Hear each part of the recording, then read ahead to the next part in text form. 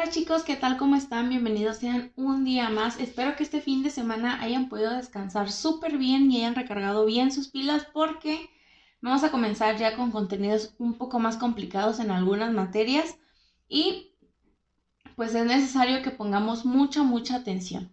Así que no voy a hacer más larga esta introducción y vamos a comenzar el día de hoy con matemáticas.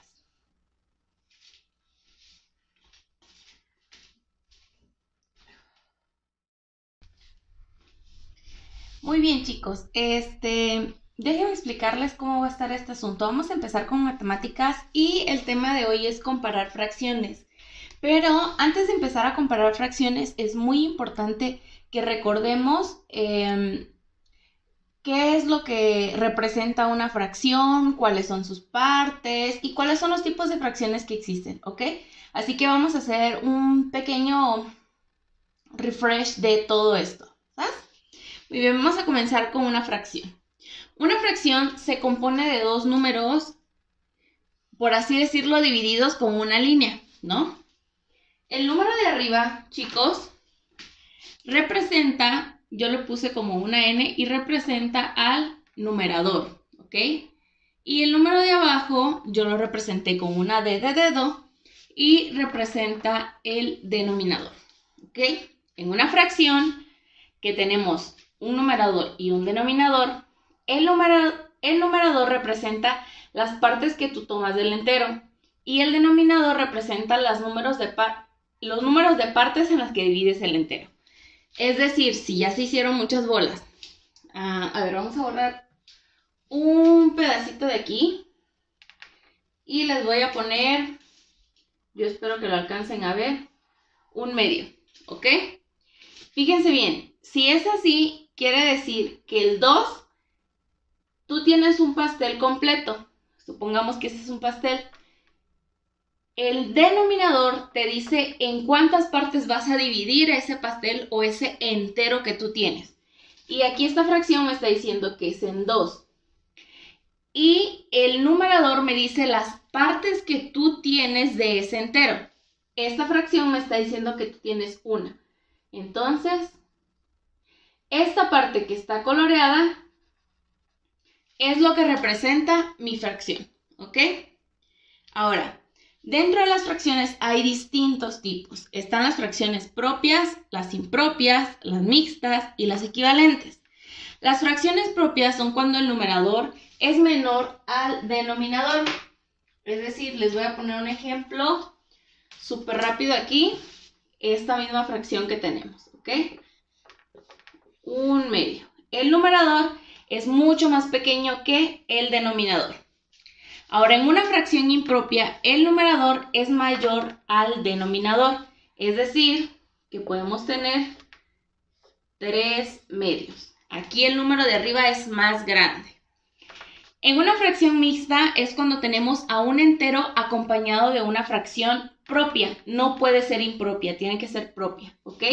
Por ejemplo, si nosotros tenemos un entero, un medio, ¿ok? Y la fracción equivalente son dos fracciones que tienen diferentes números pero que representan la misma cantidad. ¿Cómo es esto? Por ejemplo, tengo un medio que está representado aquí y tengo 2/4 que está representada aquí. Un medio y 2/4 son fracciones equivalentes porque valen lo mismo aunque tengan números diferentes, ¿ok? Y ahora sí, chicos, vamos a comenzar con la explicación de comparar fracciones. Comparar fracciones es muy fácil. Hay distintas maneras de hacerlo, pero yo les voy a enseñar una forma súper fácil, ¿ok? Y es por medio de algo que ustedes saben hacer muy bien. Solamente que, como en todo, tienen que fijarse súper bien cómo van a hacer esto, ¿ok? Siempre tenemos que fijarnos, al comparar fracciones, qué tipo de fracción tenemos, ¿ok? Si tenemos una fracción propia,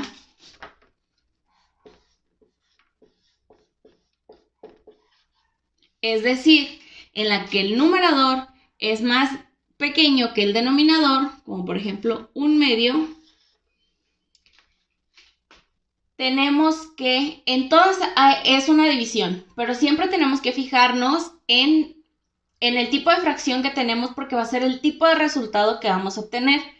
En todas las fracciones propias, nuestro resultado va a ser un número decimal con un 0, ¿ok? Es decir, vamos a hacer una división.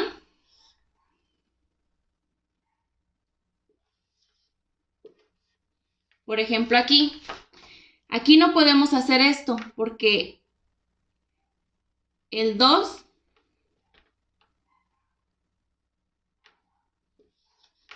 perdón, chicos, se me fue el avión.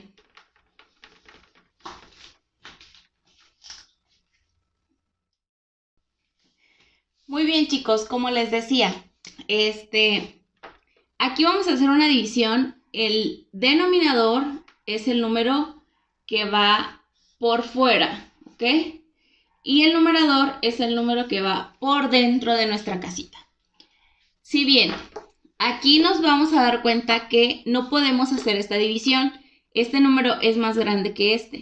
Entonces, lo que hacemos es poner un 0, un punto, y bajamos de este lado un 0. Ya podemos comenzar a realizarlo. Y aquí una multiplicación del 2 que dé o se acerque a 10 es 5. ¿Ok? Hacemos la resta y nos queda 0. ¿Ok?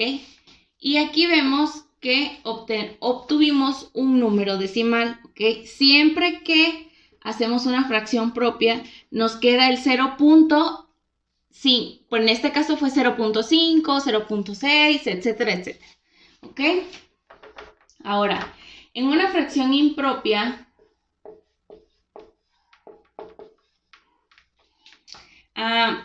tenemos que el numerador es más grande que el denominador. Por ejemplo, 4/2. ¿Ok? El numerador es más grande. Seguimos con la misma fórmula, ¿ok? El denominador va afuera. Déjenme hacerlo más abajo para que no se confunda con esto. El denominador va afuera, que es 2. Y el numerador va abajo, que es 4. ¿Cuál es el asunto aquí? Aquí sí podemos dividir. Sí podemos hacer una división normal sin tener que poner un punto decimal, ¿ok? Una multiplicación del 2 que dé o se acerque a 4 es 2, ¿ok? 2 por 2, 4, 0, ¿ok?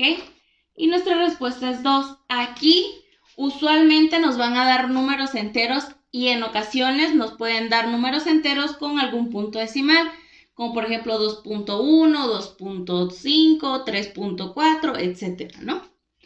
Ahora vamos con una fracción mixta. En las fracciones mixtas tenemos un entero acompañado de una fracción. ¿Qué es lo que hacemos aquí? Aquí lo único que vamos a hacer es dividir la fracción, el número entero no. El número entero al final de tu resultado se va a sumar. Por ejemplo, aquí hacemos nuevamente la división. 2, 1.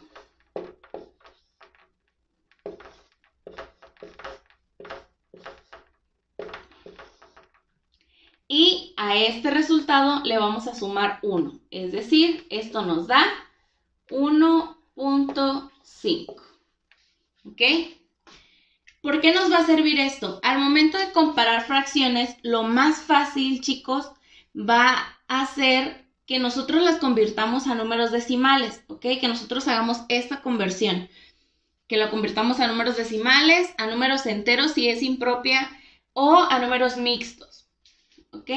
Siempre va a ser mucho más fácil. Otra manera de comparar fracciones que aparentemente suele ser más fácil es haciéndolos con dibujos, ¿ok? En este caso, nos dice que tenemos un entero que se divide en dos partes y solamente tenemos uno, ¿ok? En este caso nos dice que tenemos 4 pedazos de 2. Entonces, tenemos aquí 1, 2, 3 y 4.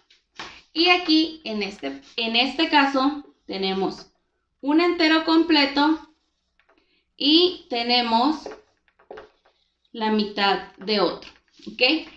Este es uno de los casos. ¿Por qué les digo que que parece ser el mejor, pero luego no resulta ser el mejor? Porque en ocasiones, sobre todo cuando dividimos entre 3 y entre 5, las partes no nos suelen quedar exactamente divididas en 3 o en 5 partes iguales. Entonces, esto dificulta mucho la comparación, ya que a veces suelen ser muy poquitas las variables. Entonces, siempre es mejor convertirlos a números decimales, a enteros, si es impropia, o a números mixtos, ¿ok? Así que es muy, muy importante que se fijen bien. Esto se los enseño porque lo van a utilizar en el desafío del día de hoy, chicos. Así que vamos con la siguiente materia.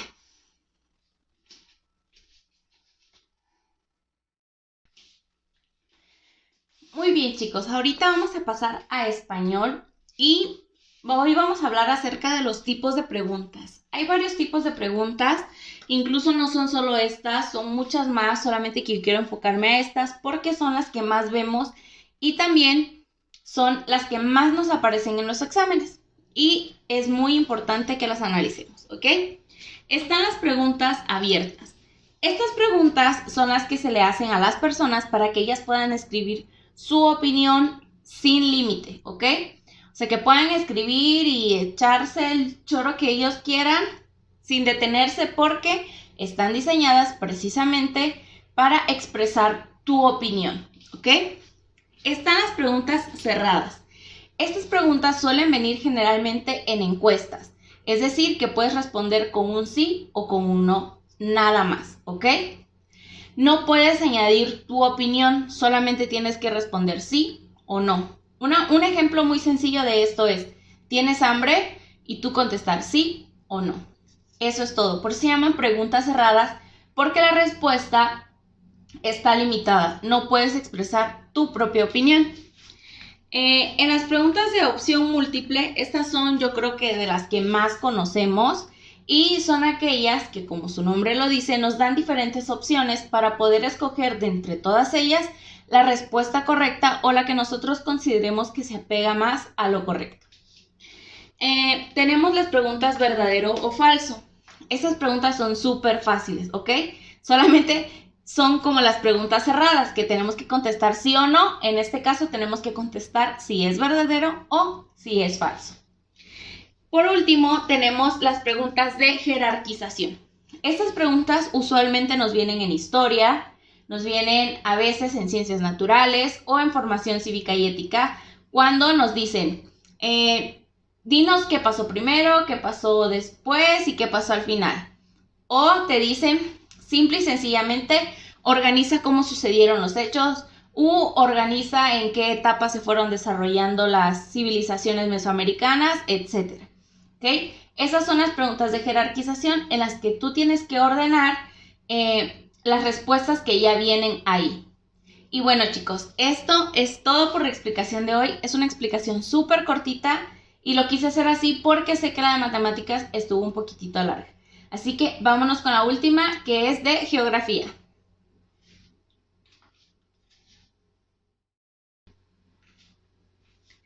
Muy bien, chicos, por último en geografía también va a ser una clase súper cortita, aparte de que, oigan, me están devorando los mosquitos, pero bueno, regresando a lo que les decía. En geografía vamos a ver los continentes. Hay 5 continentes y un continente se refiere a una gran extensión territorial en donde, pues bueno, encontramos ciertas características. En el mundo existen 5 continentes que son el continente americano o el continente de América, el continente europeo, el asiático, africano y el continente de Oceanía. Cada uno de estos continentes contienen regiones culturales, regiones religiosas, regiones climáticas, zonas térmicas, etcétera, etcétera, etcétera. Esto pasa en cada uno de estos continentes, ¿ok? Ahora, es muy importante que tengamos muy en cuenta cuál es el continente, el nombre del continente y en dónde está ubicado.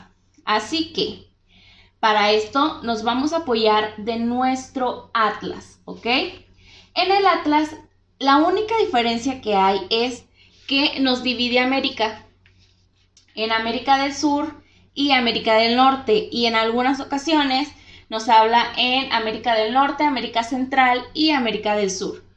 ¿Por qué se hace esto? Porque América es un continente muy amplio, entonces suele dividirse para tener una información un poco más exacta de esto, ¿ok? Pero América es uno solo, o sea, no es América del Sur y América del Norte, no son dos, no, es solo América, ¿ok? Esto es algo que es muy importante y que ustedes tienen que tenerlo en cuenta para que no cuenten como América del Sur uno, América del Norte otro y América Central otro, no. América es uno solo, se fragmenta en tres, en este caso en el atlas, para que puedas ver con mayor amplitud la información que ahí se te maneja, ¿ok? Y bueno, chicos, esto es todo por el video de hoy. Yo los dejo, los quiero mucho y ya saben que todas las actividades ya se encuentran en Classroom. Nos vemos.